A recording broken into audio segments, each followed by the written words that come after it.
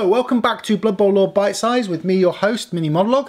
Let's talk about the NAF. So not the real one in the real world. If you do want to check that out though, there are links in the description.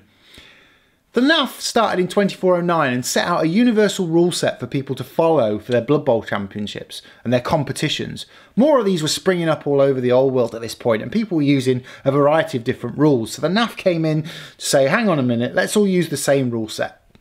So as Blood Bowl and the organisation grew together, the competitions got bigger and bigger, and slowly company sponsors were introduced. The first of these was Budweiser Beer, who sponsored the Blood Bowl trophy in 2461. This was won by the infamous Darkside Cowboys beating out the Chaos All-Stars.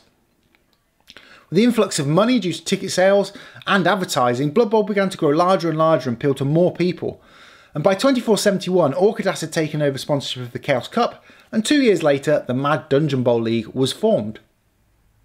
By the time of the third Sacred Commissioner, George Hellhound, he wanted to get Blood Bowl to a larger audience. Up to then, you had to wait until your favourite team was playing nearby or in your town, or prate enough of the good tidings on the scrolls or newspapers.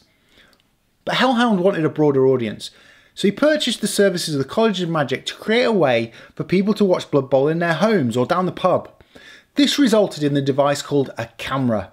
With this innovation, Hellhound sold the franchise rights to Channel 7 for a then lucrative amount of 714 gold crowns. This caused various media outlets to spring up and vie for the bidding rights on games and competitions.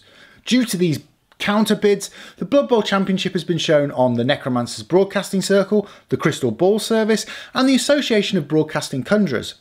Their coverage of the Blood Bowl Championship in 2486 was purchased for a record 12 million gold crowns. During the 80s, the NAF saw a massive popularity boom, huge increases of cash. This allowed them to build a headquarters next to the site where Monk rediscovered the sport, and a Blood Bowl museum and Hall of Fame was built nearby for a permanent exhibition detailing the history of the game and careers of massive teams and star players.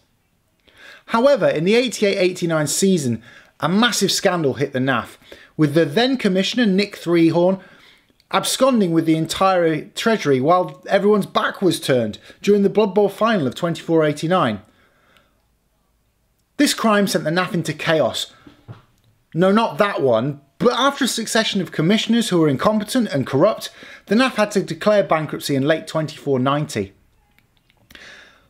With the NAF filing for bankruptcy, teams had to rely on funding themselves. Now the big teams, they didn't suffer too badly, but the smaller teams either went into bankruptcy, dissolved, or were selling their players to the more lucrative teams in the game.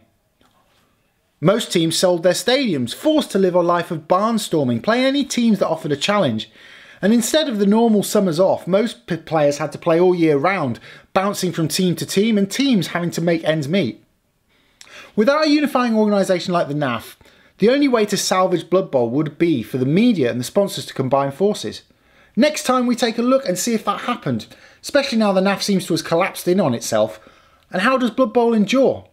Hope you enjoyed this video, thanks for watching, and don't forget to like, share, comment and subscribe. I'll see you next time.